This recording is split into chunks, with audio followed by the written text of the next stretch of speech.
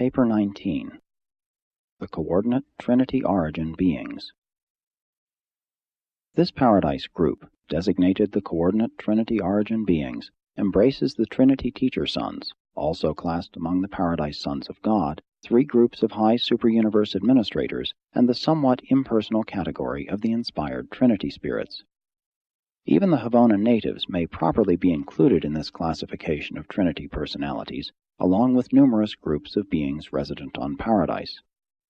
Those Trinity-Origin beings to be considered in this discussion are 1. Trinity Teacher Sons. 2. Perfectors of Wisdom. 3. Divine Counselors. 4. Universal Censors. 5. Inspired Trinity Spirits. 6. Havona Natives. 7. Paradise Citizens. Accepting the Trinity Teacher Sons and possibly the inspired Trinity Spirits, these groups are of definite numbers. Their creation is a finished and past event. 1. The Trinity Teacher Sons. Of all the high orders of celestial personalities revealed to you, the Trinity Teacher Sons alone act in a dual capacity. By origin of Trinity nature, in function they are almost wholly devoted to the services of divine sonship. They are the liaison beings who bridge the universe gulf between Trinity and dual origin personalities. While the stationary sons of the Trinity are of completed numbers, the Teacher Sons are constantly increasing. What the final number of Teacher Sons will be, I do not know. I can, however, state that, at the last periodic report to Uversa, the Paradise records indicated 21,1,624,821 of these sons in service. These beings are the only group of the sons of God revealed to you whose origin is in the Paradise Trinity. They range the central and super-universes, and an enormous core is assigned to each local universe. They also serve the individual planets, as do the other Paradise Sons of God. Since the scheme of the grand universe is not fully developed, large numbers of Teacher Sons are held in the reserves on Paradise, and they volunteer for emergency duty and unusual service in all divisions of the grand universe, on the lone worlds of space, in the local and super-universes, and on the worlds of Havona. They also function on Paradise, but it will be more helpful to postpone their detailed consideration until we come to the discussion of the Paradise Sons of God. In this connection, however, it may be noted that Teacher Sons are the supreme coordinating personalities of Trinity origin. In such a far-flung universe of universes, there is always great danger of succumbing to the error of the circumscribed viewpoint, to the evil inherent in a segmentalized conception of reality and divinity. For example, the human mind would ordinarily crave to approach the cosmic philosophy portrayed in these revelations by proceeding from the simple and the finite to the complex and the infinite, from human origins to divine destinies. But that path does not lead to spiritual wisdom. Such a procedure is the easiest path to a certain form of genetic knowledge, but at best it can only reveal man's origin. It reveals little or nothing about his divine destiny. Even in the study of man's biologic evolution on Urantia, there are grave objections to the exclusive historic approach to his present-day status and his current problems. The true perspective of any reality problem, human or divine, terrestrial or cosmic, can be had only by the full and unprejudiced study and correlation of three phases of universe reality: origin, history, and destiny. The proper understanding of these three experiential realities affords the basis for a wise estimate of the current status. When the human mind undertakes to follow the philosophic technique of starting from the lower to approach the higher, whether in biology or theology, it is always in danger of committing four errors of reasoning. 1. It may utterly fail to perceive the final and completed evolutionary goal of either personal attainment or cosmic destiny. 2.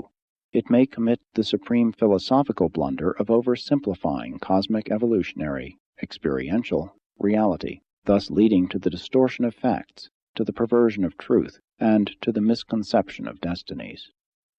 3. The study of causation is the perusal of history.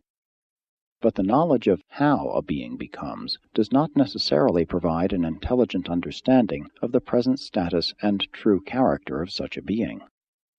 4. History alone fails adequately to reveal future development, destiny. Finite origins are helpful, but only divine causes reveal final effects. Eternal ends are not shown in time beginnings. The present can be truly interpreted only in the light of the correlated past and future. Therefore, because of these and for still other reasons, do we employ the technique of approaching man and his planetary problems by embarkation on the time-space journey from the infinite, eternal, and divine paradise source and center of all personality reality and all cosmic existence. 2. The Perfectors of Wisdom. The Perfectors of Wisdom are a specialized creation of the Paradise Trinity, designed to personify the wisdom of divinity in the superuniverses. There are exactly 7 billion of these beings in existence, and 1 billion are assigned to each of the 7 superuniverses. In common with their coordinates, the Divine Counselors and the Universal Censors, the Perfectors of Wisdom pass through the wisdom of Paradise, of Havona, and except for Divinington, of the Father's Paradise spheres. After these experiences, the Perfectors of Wisdom were permanently assigned to the service of the Ancients of Days. They serve neither on Paradise nor on the worlds of the Paradise-Havona circuits. They are wholly occupied with the administration of the superuniverse governments.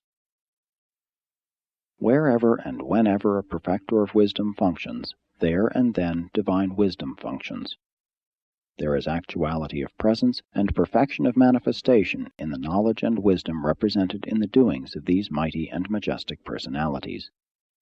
They do not reflect the wisdom of the Paradise Trinity. They are that wisdom. They are the sources of wisdom for all teachers in the application of universe knowledge. They are the fountains of discretion and the wellsprings of discrimination to the institutions of learning and discernment in all universes. Wisdom is twofold in origin, being derived from the perfection of divine insight inherent in perfect beings and from the personal experience acquired by evolutionary creatures. The Perfectors of Wisdom are the divine wisdom of the paradise perfection of deity insight. Their administrative associates on Uversa, the mighty messengers, those without name and number, and those high in authority, when acting together, are the universe wisdom of experience. A divine being can have perfection of divine knowledge. An evolutionary mortal can sometime attain perfection of ascendant knowledge, but neither of these beings alone exhausts the potentials of all possible wisdom. Accordingly, whenever in the conduct of the superuniverse it is desired to achieve the maximum of administrative wisdom, these perfectors of the wisdom of divine insight are always associated with those ascendant personalities who have come up to the high responsibilities of superuniverse authority through the experiential tribulations of evolutionary progression. The Perfectors of Wisdom will always require this complement of experiential wisdom for the completion of their administrative sagacity. But it has been postulated that a high and hitherto unattained level of wisdom may possibly be achieved by the Paradise Finalators after they are sometime inducted into the 7th stage of spirit existence. If this inference is correct, then would such perfected beings of evolutionary ascent undoubtedly become the most effective universe administrators ever to be known in all creation. I believe that such is the high destiny of Finalators. The versatility of the Perfectors of Wisdom enables them to participate in practically all of the celestial services of the ascendant creatures. The Perfectors of Wisdom and my order of personality, the Divine Counselors, together with the Universal Censors, constitute the highest orders of beings who may and do engage in the work of revealing truth to the individual planets and systems, whether in their earlier epochs or when settled in enlightened life. From time to time, we all make contact with the service of the ascending mortals, from an initial life planet on up through a local universe and the superuniverse, particularly the latter. 3. The Divine Counselors. These Trinity-Origin beings are the counsel of deity to the realms of the 7 superuniverses. They are not reflective of the divine counsel of the Trinity. They are that counsel. There are 21 billion counselors in service, and 3 billion are assigned to each superuniverse. Divine counselors are the associates and equals of the universal censors and the perfectors of wisdom, from 1 to 7 counselors being associated with each of these latter personalities. All 3 orders participate in the government of the Ancients of Days, including major and minor sectors, in the local universes and constellations, and in the councils of the local system sovereigns. We act as individuals, as I do in inditing this statement, but we also function as a trio whenever the occasion requires. When we act in an executive capacity, always there are associated together a perfecter of wisdom, a universal censor, and from 1 to 7 divine counselors. 1 perfecter of wisdom, 7 divine counselors, and 1 universal censor constitute a tribunal of Trinity divinity, the highest mobile advisory body in the universes of time and space. Such a group of 9 is known either as a fact-finding or as a truth-revealing tribunal, and when it sits in judgment upon a problem and renders a decision, it is just as if an Ancient of Days had adjudicated the matter, for in all the annals of the super-universes, such a verdict has never been reversed by the Ancients of Days. When the 3 Ancients of Days function, the Paradise Trinity functions. When the Tribunal of 9 arrives at a decision following its united deliberations, to all intents and purposes the Ancients of Days have spoken. And it is in this manner that the Paradise rulers make personal contact in administrative matters and governmental regulation with the individual worlds, systems, and universes. Divine counselors are the perfection of the divine counsel of the Paradise Trinity. We represent, in fact, are the counsel of perfection. When we are supplemented by the experiential counsel of our associates, the perfected and Trinity-embraced beings of evolutionary ascent, our combined conclusions are not only complete, but replete. When our united counsel has been associated, adjudicated, confirmed, and promulgated by a universal censor, it is very probable that it approaches the threshold of universal totality. Such verdicts represent the nearest possible approach to the absolute attitude of deity within the time-space limits of the situation involved and the problem concerned.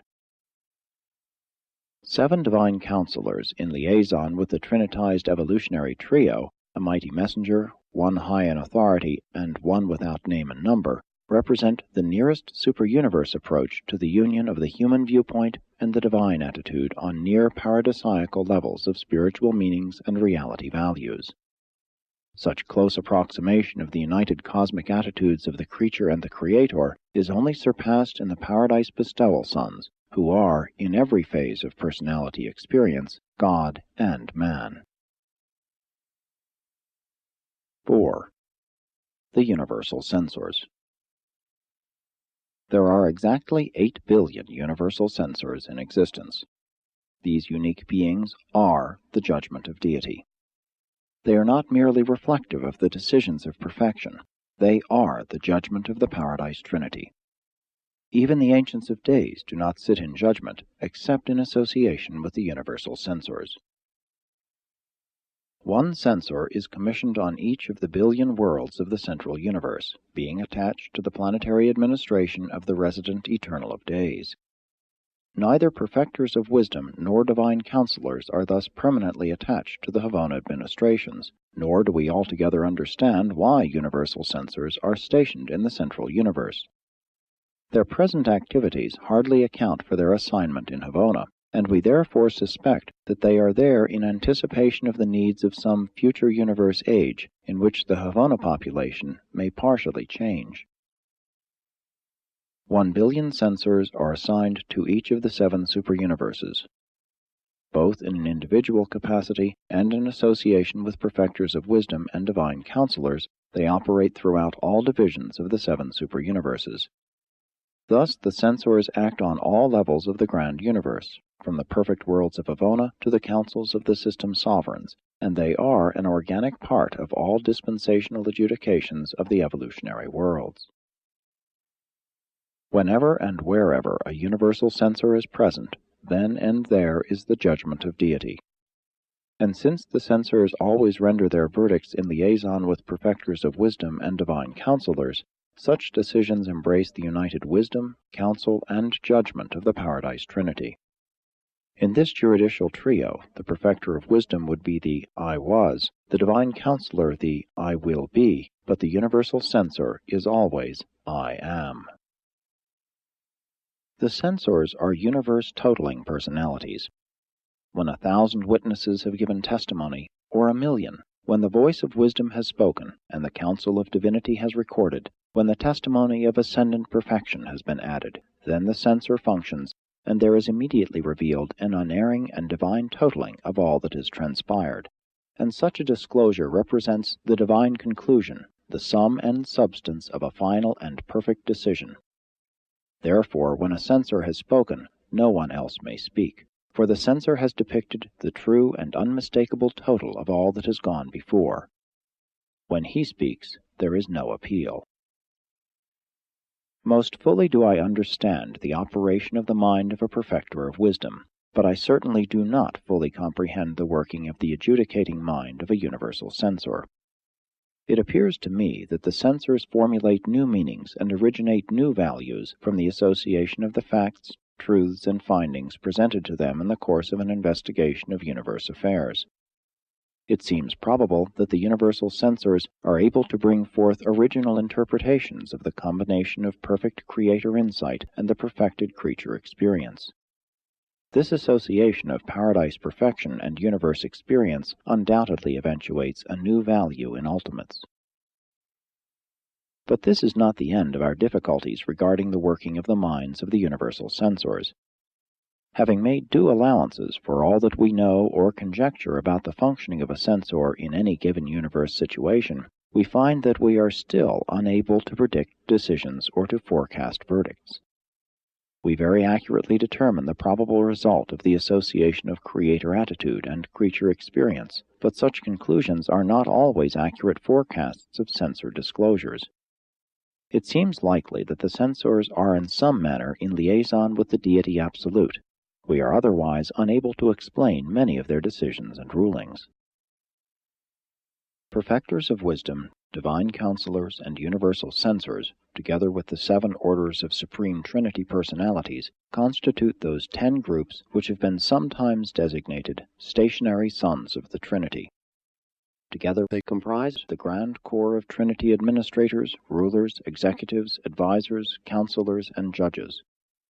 Their numbers slightly exceed 37 billion. 2,070,000,000 are stationed in the central universe, and just over 5 billion in each superuniverse. It is very difficult to portray the functional limits of the stationary sons of the Trinity. It would be incorrect to state that their acts are finite limited, for there are transactions of superuniverse record which indicate otherwise. They act on any level of universe administration or adjudication that may be required by time-space conditions and that pertains to the past, present, and future evolution of the Master Universe. 5. Inspired Trinity Spirits. I will be able to tell you very little concerning the inspired Trinity Spirits, for they are one of the few wholly secret orders of beings in existence. Secret, no doubt, because it is impossible for them fully to reveal themselves even to those of us whose origin is so near the source of their creation. They come into being by the act of the Paradise Trinity, and may be utilized by any one or two of the deities as well as by all 3. We do not know whether these spirits are of completed numbers or are constantly increasing, but we incline to the belief that their number is not fixed. We fully understand neither the nature nor the conduct of the inspired spirits. They may possibly belong to the category of superpersonal spirits. They seem to operate over all known circuits and appear to act well-nigh independently of time and space. But we know little about them except as we deduce their character from the nature of their activities, the results of which we certainly observe here and there in the universes. Under certain conditions, these inspired spirits can individualize themselves sufficiently for recognition by beings of Trinity-Origin. I have seen them, but it would never be possible for the lower orders of celestial beings to recognize one of them.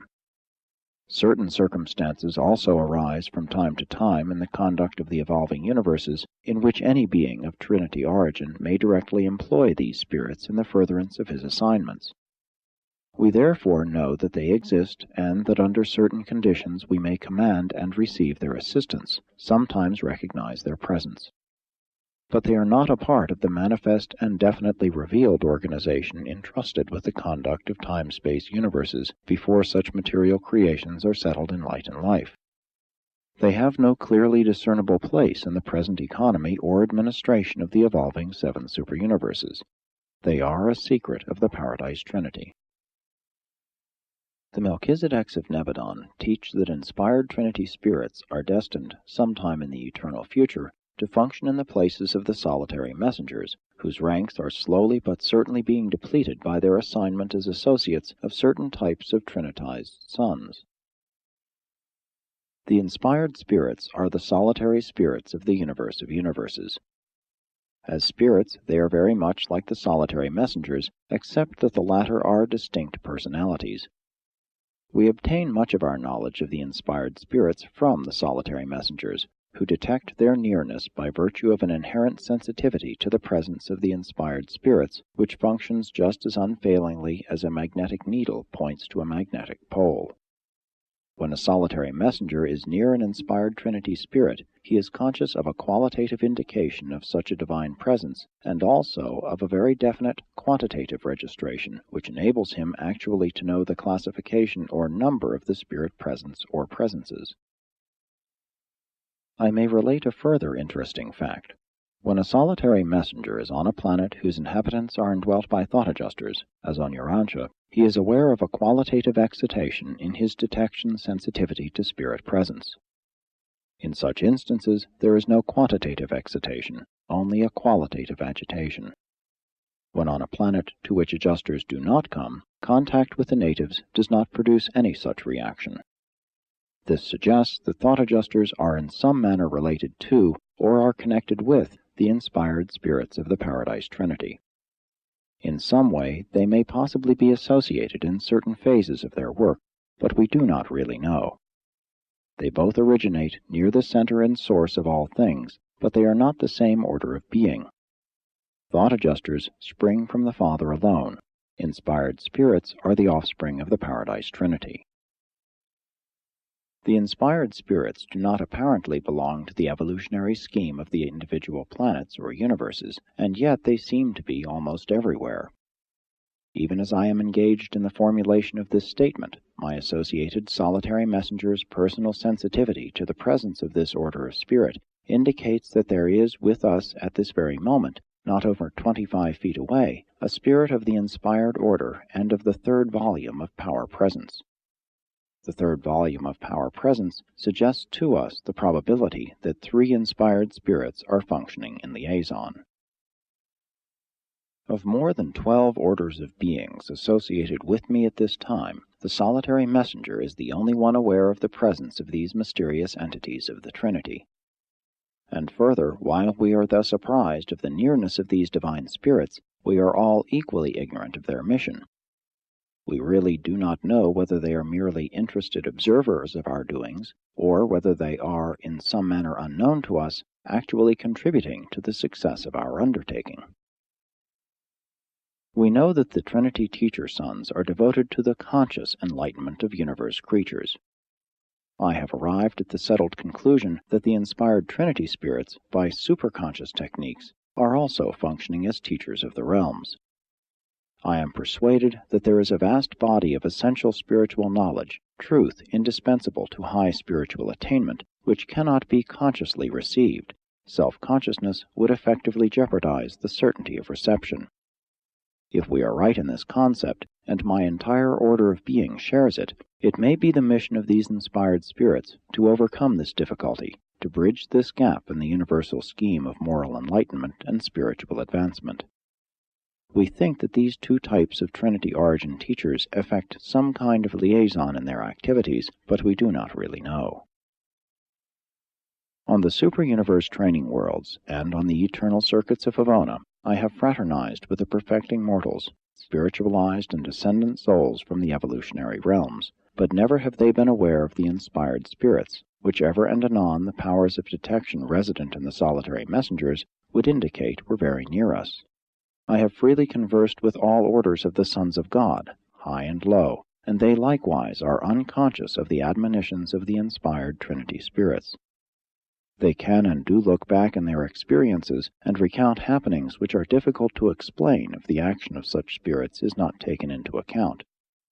But excepting solitary messengers, and sometimes Trinity-Origin beings, none of the celestial family have ever been conscious of the nearness of the inspired spirits. I do not believe the inspired Trinity spirits are playing hide-and-seek with me. They are probably trying just as hard to disclose themselves to me as I am to communicate with them. Our difficulties and limitations must be mutual and inherent. I am satisfied that there are no arbitrary secrets in the universe. Therefore will I never cease in my efforts to solve the mystery of the isolation of these spirits belonging to my order of creation.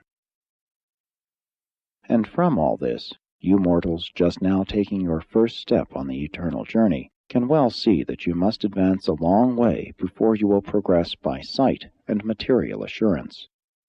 You will long use faith and be dependent on revelation if you hope to progress quickly and safely. 6. Havona Natives.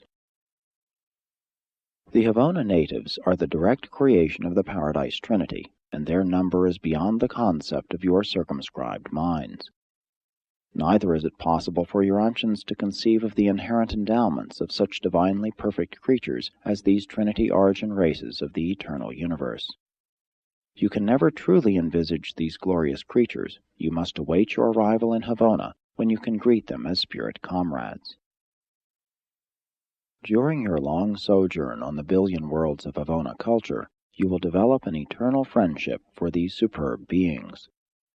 And how deep is that friendship which grows up between the lowest personal creature from the worlds of space and these high personal beings native to the perfect spheres of the central universe. Ascending mortals, in their long and loving association with the Havona natives, do much to compensate for the spiritual impoverishment of the earlier stages of mortal progression.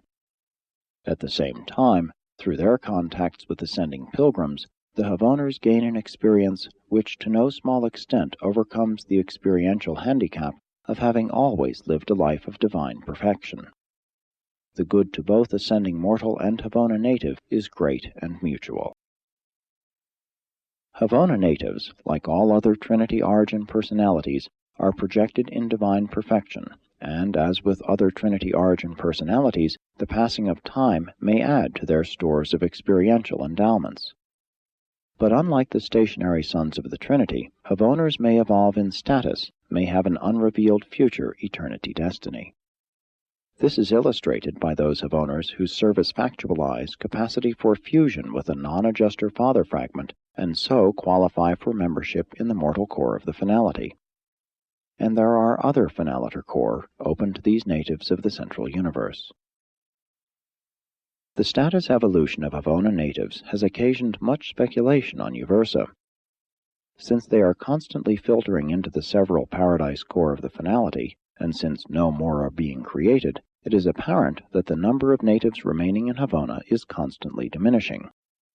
The ultimate consequences of these transactions have never been revealed to us, but we do not believe that Havona will ever be entirely depleted of its natives. We have entertained the theory that Havoners will possibly cease entering the finaliter core sometime during the ages of the successive creations of the outer space levels. We have also entertained the thought that in these subsequent universe ages, the central universe may be peopled by a mixed group of resident beings, a citizenship consisting only in part of the original Havona natives. We do not know what order or type of creature may be thus destined to residential status in the future Havona, but we have thought of 1. The Univitatia, who are at present the permanent citizens of the local universe constellations. 2. Future types of mortals who may be born on the inhabited spheres of the superuniverses in the flowering of the ages of light and life. 3. The incoming spiritual aristocracy of the successive outer universes. We know that the Havona of the previous universe age was somewhat different from the Havona of the present age. We deem it no more than reasonable to assume that we are now witnessing those slow changes in the central universe that are anticipatory of the ages to come. One thing is certain: the universe is non-static. Only God is changeless. 7. Paradise Citizens. There are resident on Paradise numerous groups of superb beings, the Paradise Citizens.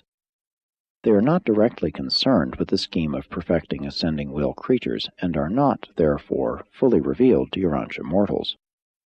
There are more than 3,000 orders of these supernal intelligences, the last group having been personalized simultaneously with the mandate of the Trinity which promulgated the creative plan of the 7 superuniverses of time and space.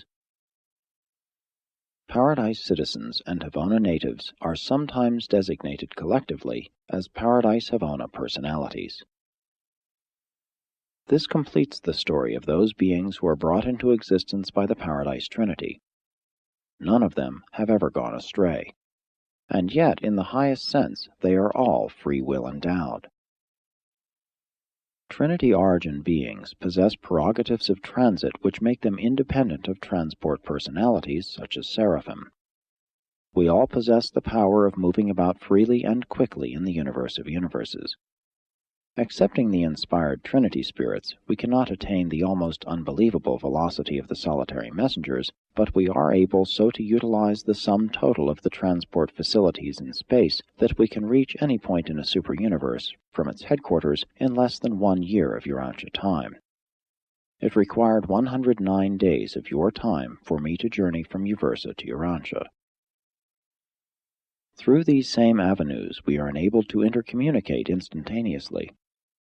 Our entire order of creation finds itself in touch with every individual embraced within every division of the children of the Paradise Trinity, save only the inspired spirits. Presented by a divine counselor of Uversa.